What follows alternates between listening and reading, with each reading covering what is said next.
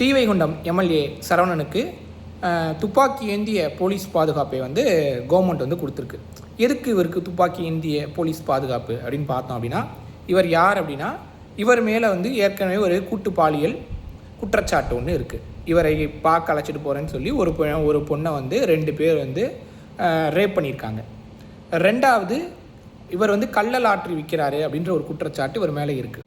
இவர் வந்து நேற்று எரால் பேரூராட்சி பகுதியில் இருக்கக்கூடிய ஒரு சந்தைக்கு ஆய்வுக்கு போகிறாரு. இவர் போயிட்டு வந்ததுக்கப்புறம் அந்த சந்தை வந்து மூடப்படுது. இவர் மாமூல் கேட்டு கொடுக்காதனால தான் சந்தையை மூடிட்டாங்க அப்படின்ற ஒரு குற்றச்சாட்டும் இருக்குது. அப்புறம் குட்கா விற்கக்கூடிய ஒருத்தருக்கு ஒன்றிய செயலாளர் பொறுப்பு தாவேக்கால கொடுத்துருக்கிறார் அப்படின்றது. இப்படி பல்வேறு குற்ற சம்பவங்களை தொடர்ச்சியாக ஈடுபட்டு இருக்கக்கூடிய இல்லை குற்றம் சாட்டப்பட்டிருக்கக்கூடிய திரு சரவணன் அவர்களுக்கு தான் இந்த அரசாங்கம் துப்பாக்கி ஏந்திய போலீஸ் பாதுகாப்பு கொடுத்துருக்கு. பார்த்துக்கோங்க எந்த லட்சணத்தில் அரசாங்கம் இருக்குது, யாருக்கெல்லாம் போலீஸ் பாதுகாப்பு கொடுக்குதுன்றதை பார்த்துக்கோங்க.